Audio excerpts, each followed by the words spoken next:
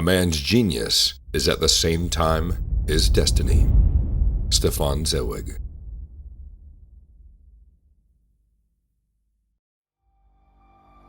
People say geniuses are not born, and you can become a genius if you work hard. No, that's a lie. You can praise hard work all you want, but you can never get a genius out of a talentless person, no matter how hard you try. You can become a genius at any craft under two conditions. You were born that way, and you understood it at the right time. In other words, it's your destiny. Every era brings forth new geniuses, and geniuses create a new era. Today, we'll tell you a story of a boxer whose name was given to the Four Kings era. This is the incomparable Sugar Ray Leonard. Leonard fighting very well off the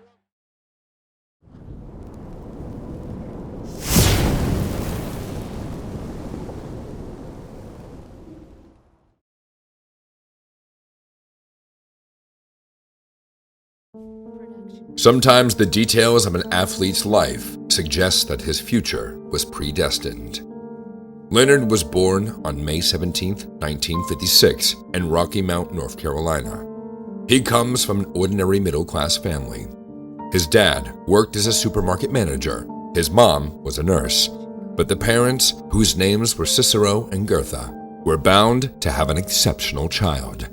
Of 7 children, Ray Charles was exceptional, named by his mother after the popular blind singer and musician.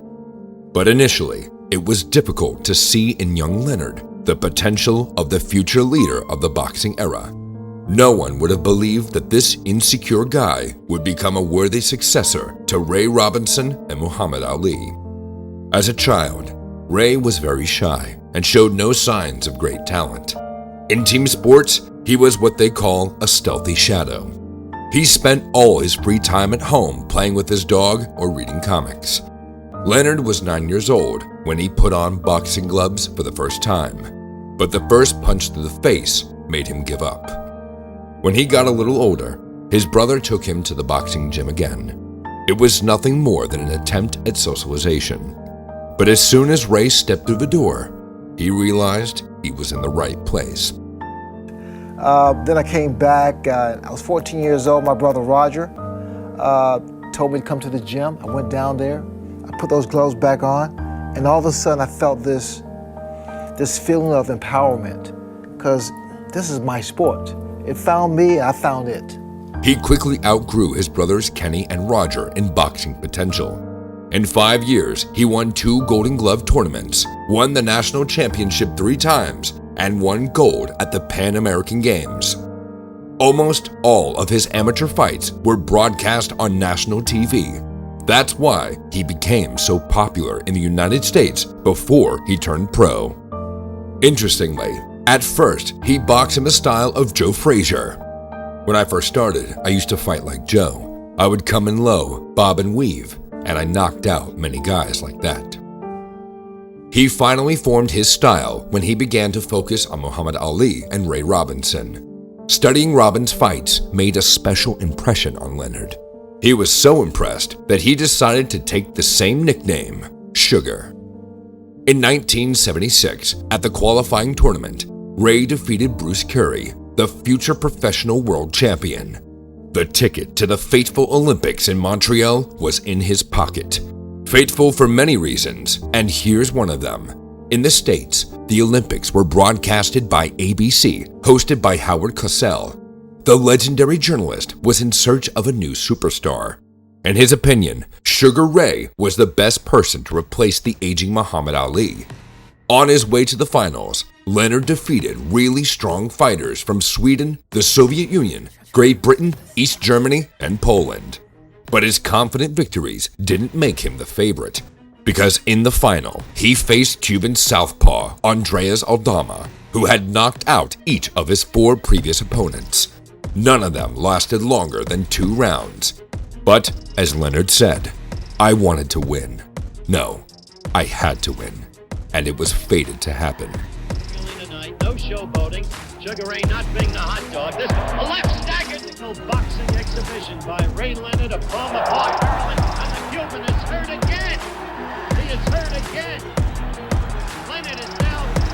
Remember, it only takes one punch by this Cuban fighter. I mean, he can... Oh! That Cuban fighter is now in death grip. Now the snap. 14. Ray Leonard with a right lead and then a left. Cleaning up. The Cuban is ready to go. The ease of defeating a physically strong and experienced opponent was proof that greatness awaited Leonard. He finished his amateur career with 145 wins, 75 by knockout, and only 5 losses. He won the Olympics by a shutout. 6 bouts ended with a total score of 30-0. But still in Ray's plans, boxing existed only until the Olympics. He fulfilled his dream, after which he said goodbye to boxing for the first time. He had hoped to continue on to college, but he had to listen to the clues of fate. Before the Olympics, he had a son. At that time, Ray and his girlfriend Juanita Wilkinson were not married, so that she could get benefits of a single mother. Journalists hyped the story after hearing about Ray's bastard son. The newspapers contained caustic headlines discussing the champion's personal life. This affected his reputation, and he was unable to get the lucrative business offers he had hoped for. In addition, Ray's father was hospitalized with spinal meningitis, and his mother suffered a heart attack. In a difficult situation, Leonard turned to his friend and coach, Jenks Morton, for advice. "Do what you do best. Fight, and you can feed your family," Morton said. No one knows if Ray would have turned pro under different circumstances or not. According to him, he didn't count on it. But everything turned out so that the gold medal was not the realization of a dream, but only a springboard to future glory.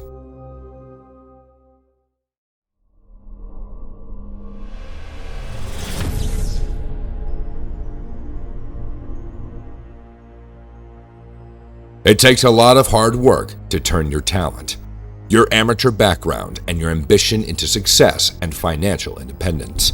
It takes a great team, and Leonard was very lucky to have one.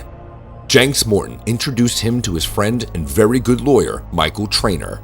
He became Leonard's advisor, saving him the need to work for promoters. Boxing business overlords Don King and Bob Arum were furious that they couldn't get the most talented amateur of the day. Their attempts to influence Trainer failed. They hated Leonard through his entire career, though they cooperated by making big fights. At the same time, Mike found investors. He persuaded his business partners to become Leonard's career insurers. They gave a loan for $21,000 at 8% per annum, which he had to pay back within 4 years. But after his debut, Ray closed the debt. For the fight against Louis Vega, he earned an incredible $40,000. Mike Trainer helped him to legally register his activities and take care of his investments. He registered the company in Leonard's name, where he was the sole shareholder. Now no one could rob a boxer. All iconic champions were under the control of powerful businessmen, and only Leonard avoided this because Trainer was a decent man. Michael was assisted by Angelo Dundee. Originally, Dundee was the head coach, but in fact, he was the manager and mentor. Angelo selected sparring partners and made fights. Ray's old coaches, Dave Jacobs and Jenks Morton, were doing the main coaching work. A good rear guard and a reputation as a rising star guaranteed a meteoric rise. In 2 years, Ray had 17 fights against fairly solid opposition.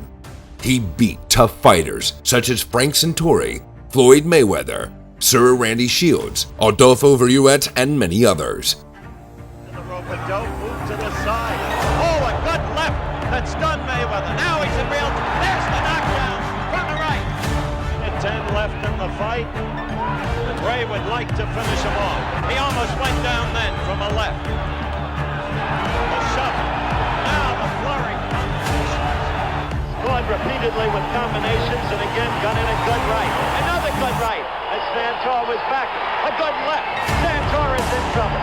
Sugar Ray is showing the kind of flash, the kind of polish, the kind of know-how that he showed in the Maurice Richard Arena and in the Montreal Forum. The first time that Marcotte has ever been down. By the late 70s, Muhammad Ali's reign was over. It was the finale of the greatest chapter called The Three Heavyweight Kings. A new era was dawning, and Ray Leonard was ready to lead it. The public saw different characters, mysterious and silent, daring and arrogant, judicious and modest. Ray represented something new. In public, Ray Leonard is an open, intelligent fighter with the wide smile of a movie star. And in the ring, Sugar Ray is an artist with a unique style. He spins bolo punches, does the Ollie shuffle, How do you stop Sugar Ray Leonard? crushes, and knockouts. Trunks with the sauce. Hands out on his feet. He's uncut. His style was genius. Boxing outside the pattern was his trademark. For some, it comes at a high price. For others, it looks flashy. But Ray looked harmonious. That was his philosophy of boxing. It wasn't about humiliation, just mental game and the search for perfection. It's been said that an artist doesn't need to have a paintbrush. Ray was such an artist in boxing gloves, where the ring is his canvas and the audience's ovation is his recognition. He often says he admires Bruce Lee as a fighter and artist. I wanted to do in boxing what Bruce Lee did in karate. Lee was an artist, and like him, I try to go beyond the fundamentals of my sport. I want my fights to be seen as plays that have a beginning, a middle, and an end. In '78, Ray was already a contender for the WBC welterweight belt, but the owner of the title, Carlos Palomino, was in no hurry to give him a chance. So Ray had to wait patiently. Until then, he defended his position in the welterweight division and occasionally visited the junior middleweight class. In the second half of 1979, Ray scored a flawless victory over Tony Chiaverini. Turns with more of ABC's wide world of sports. After this, Brutally pounded Pete Ranzani.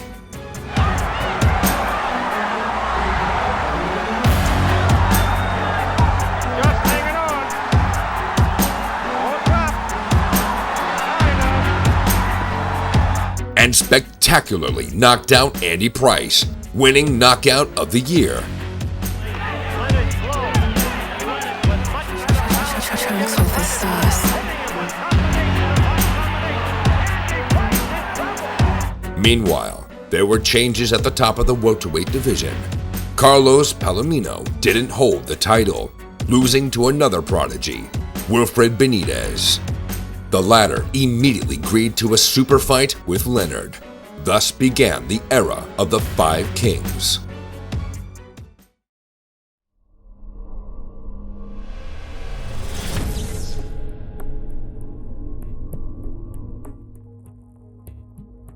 Conventional wisdom has it that the Ray Leonard vs. Roberto Duran bout sparked the era of the Fabulous Four. But in reality, this era began a little earlier, and it would be correct to call it the Fabulous Five. The fight between Leonard and Benitez on November 30th, 1979 was the beginning of it. Ray's team had already negotiated a fight with Duran. Roberto had destroyed the lightweight division and moved up for a new belt, but Sugar refused to look behind Benitez's back. Marvin Hagler also fought in the same event in Las Vegas. He was challenging Vito Antuofermo for the middleweight belt. Hagler was pissed that he had to fight on the Leonard undercard. This was his 50th fight. Only now, he was challenging for the title with no money or recognition. Ray had both the money and the fame. All he had to do was get the belt. From Marvin's perspective, Leonard was like Aladdin rubbing a lamp and getting everything he wanted. Although no one thought of a Hagler-Leonard fight, the seeds of a great rivalry had already been sown. And together with the fee and the title of world champion, Ray Leonard became the winner in the nomination, Best Boxer of the Year. Becoming the new champion, Leonard challenged Roberto Duran, who had settled into the welterweight class. Hands of Stone defeated 8 challengers. The fight with Leonard was inevitable. But before that, Ray made a title defense against Dave Boy Green. In this fight, he scored the most brutal knockout of his life. After Leonard's hit, the poor Green was brought back to his senses for a long time.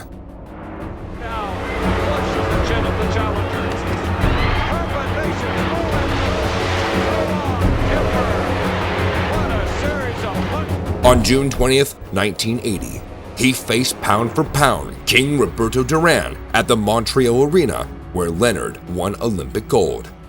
Bookmakers again considered Leonard the favorite, but 17 of the 30 experts covering the event thought Duran would win. His dirty, aggressive style was going to crack the Americans' technical base. They compared the fight to the legendary clash between Muhammad Ali and Joe Frazier. Smokin' Joe was present at the bout and answered questions. "Does Roberto Duran remind you of anyone?" they asked Frazier. The question was asked with the expectation that Joe would point to himself. "Yeah, looks like Charles Manson," Frazier said. Joe's response was a reminder of how dangerous Duran is, how cunning and unpredictable he is. Duran understood that he needed to offset his opponent's technical superiority. Duran was a monster, but he also taught me psychological warfare because he got into my head, because he cursed me out, he cursed my wife out, cursed my kid out. He just did things that were like, I wasn't used to, because I was taught that if there's a camera, you smile. And he would give me the finger and gestures and all that. I'm like, what's wrong with this guy? I thought it was crazy. Roberto hired a spy to follow Ray's wife, Juanita. When she left the hotel, Duran would drive up to her, open the window, and in his brutal Spanish accent shout, "First, I'll beat up your husband, then I'll sleep with you." Juanita, of course, told Ray about it, and he brought it into the provocation, even heavyweights. But the big check could not calm Leonard. After all, for a boxer of his level, there are things that cost much more.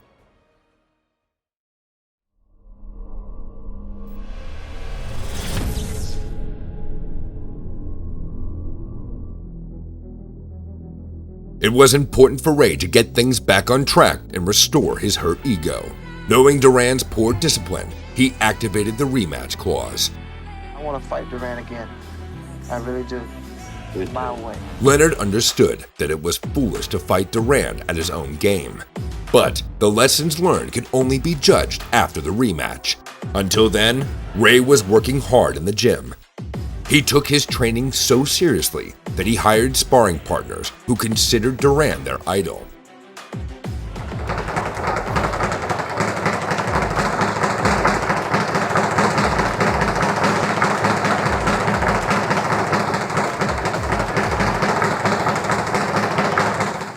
It's a gradual progression. You're getting better. When you look in the mirror, you see a different personality. It's evolving. 1 minute you look weak, and then, over the course of 6 to 8 weeks, your muscles and all that clarity comes in. The mirror doesn't lie. It will tell you who you are.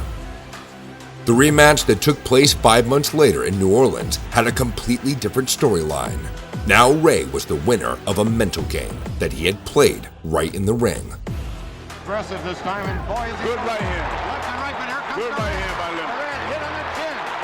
They're in close. They're really fighting. Leonard chose a different tactic. He stretched, feinted, and used all of the space in the ring, the advantage in speed and reach. But it was not enough to simply defeat Duran. It was fundamentally necessary to outclass him and leave no doubts. The tactics that I portrayed in the second fight, the No Mas fight, was by my brother Roger. He said, "Ray, you have to make Duran mad. You push his head down. You don't let him hit you. You make people laugh at him." I said, "Boy, you crazy? That's Duran." In the 7th round, Ray does what Roger asked him to do. He does not show that he's afraid of Duran. He pulls his chin forward, spins the bolo punch, and hits his jab. He taunts Duran with his invulnerability. Roberto falls into a trap. The champ doesn't like it and tries to punish Leonard, but he beats him to it. Sugar's very confident, like I said. He said he would beat Duran. At the end of the round, Duran makes a typical hand gesture, which means that the Latino macho's pride is cracking at the seams. At the same time, the challenger's confidence has reached a peak. And non-stop action. Right. Leonard gabbing by getting hit too. And what's happening? Duran says no. What is he saying, Larry? He says no, I don't He's understand. saying no, he quit. I don't understand. I think Duran quit. I don't understand. Using Duran's origins against him was a brilliant idea, but only Sugar Ray Leonard could do it and make Roberto surrender. He took revenge on his principal rival and took his place at the top of pound for pound.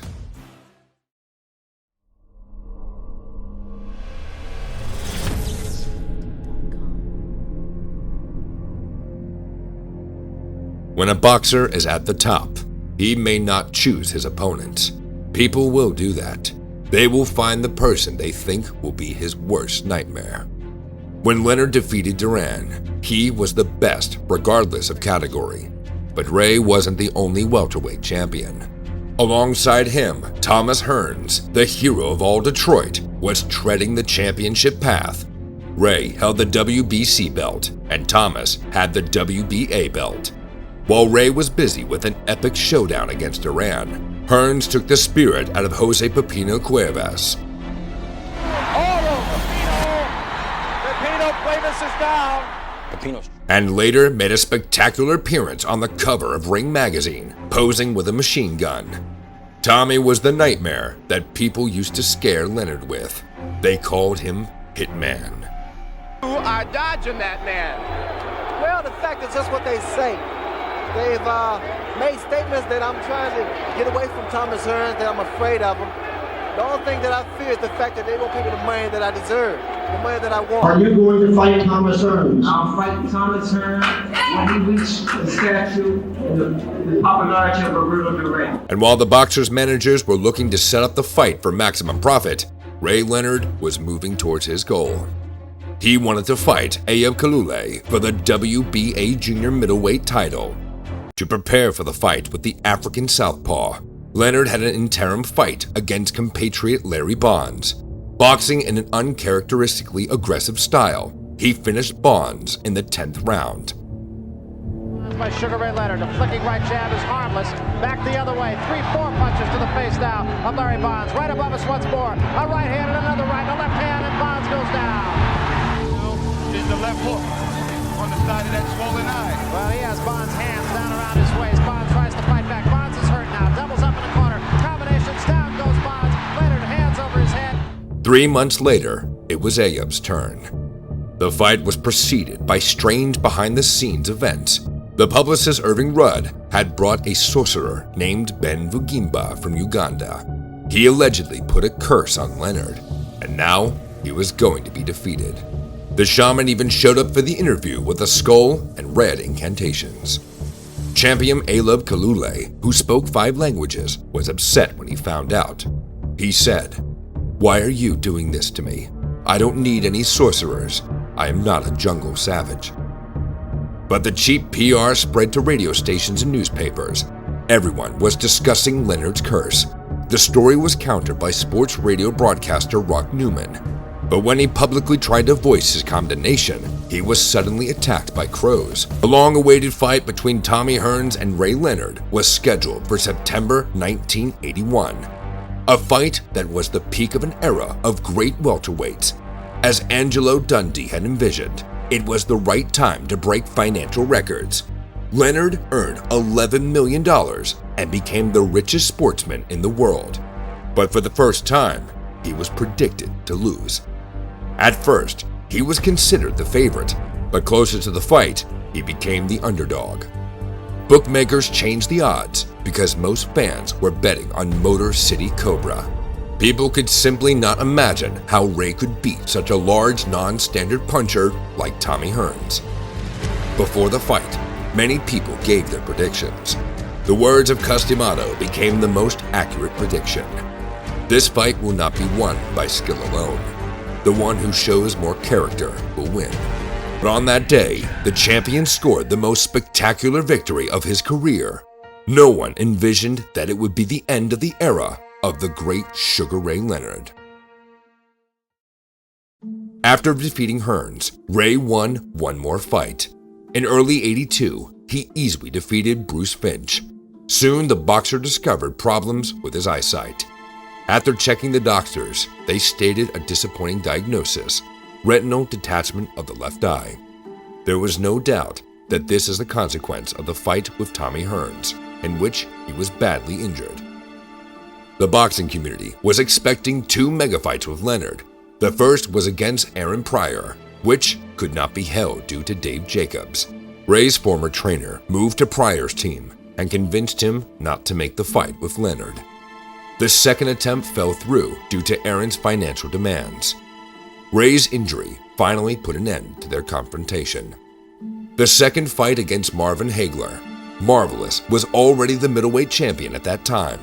The fight with Hagler was to start a new chapter. Marvin had been watching Ray's success for years. He had dreamed of the fight, dreamed of the same fate and recognition. Hagler needed this fight first and foremost. There was hope that Leonard would continue boxing when he underwent surgery. On November 10, 1982, he held a ceremony in Baltimore, which he invited many stars. Muhammad Ali, Howard Cosell, and of course, Marvin Hagler were all present. Everyone in attendance had no idea what they were about to witness. It was a celebration, and everyone expected Ray to announce a fight with Marvin. But in the end, he gathered everyone to announce his retirement. Leonard's retirement began a new chapter. This was the end of the era of great middleweights. Duran and Hearns joined Hagler in the battle for the championship.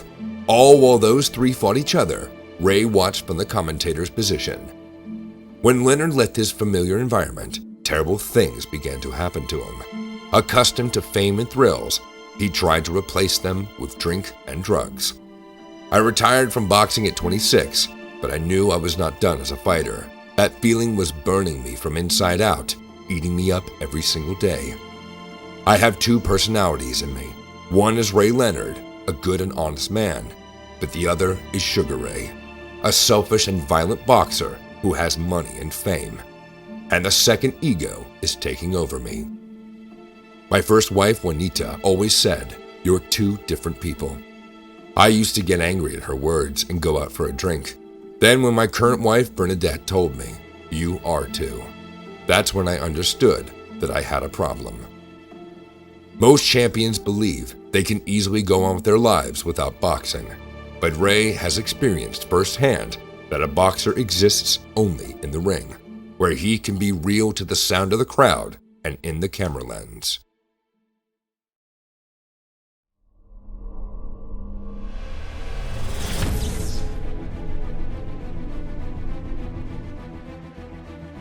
There's an opinion that the most tenacious parasite in the world is an idea, a formed conscious idea that has taken up residence in our head.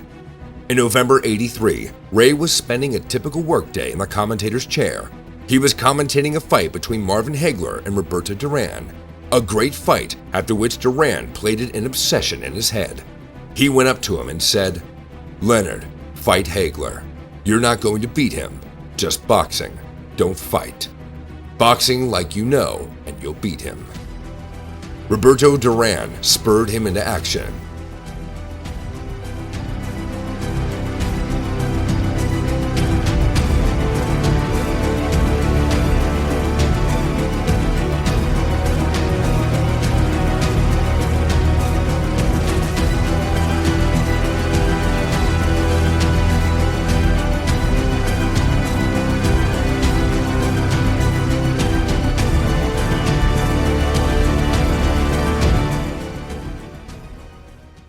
Hey guys, I'm back. After a 2-year retirement, Ray resumed his career and faced Kevin Howard. For this fight, he specially invited Marvin Hagler and even bought him a ticket. It was clear where things were headed, but the positivity Leonard was coming back was ruined. In this fight, he was knocked down for the first time. Ray got an early victory, but in his own eyes, he felt humiliated. After the post-fight press conference, Leonard announced the end of his career for the third time. I have retired for good. For the next 3 years, he still works as an analyst and watches as the mark. All Leonard has to do is watch from the sidelines. But the idea Duran has given him won't let him rest.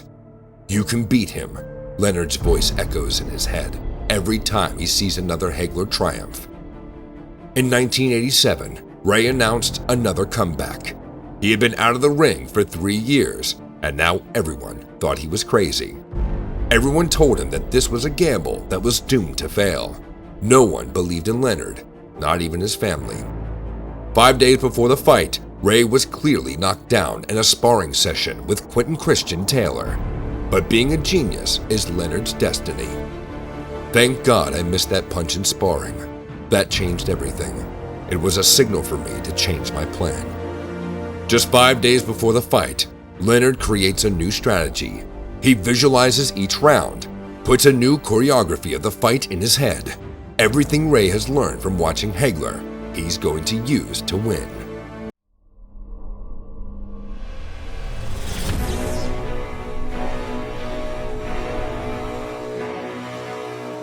The win over Hagler was the upset of the year and was later recognized as the upset of the decade.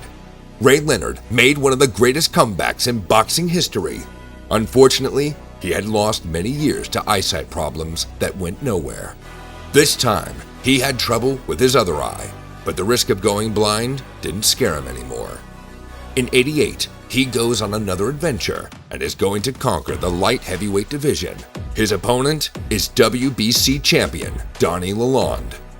Using his authority and merits, Ray makes sure that the fight was held in the super middleweight division. That's why at stake were titles in 2 divisions at once, super middleweight and light heavyweight. Still, the risk of defeat was high. Lalonde was a big guy, and he wasn't going to lose.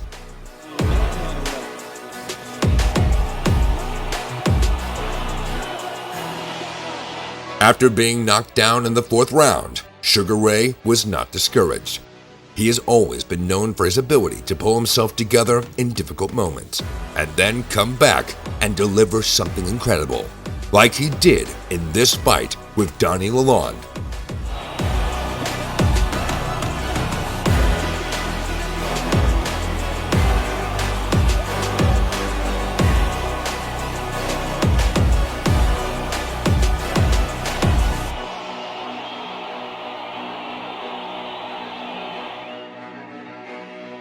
In the late 80s, the era of the Fabulous Four was nearing its end. Hagler had retired at the best of times, and the other 3 kings were on decline. And while Leonard was still successful, he was also losing physical condition. In June 1989, there was a rematch between Ray Leonard and Thomas Hearns, dubbed The War.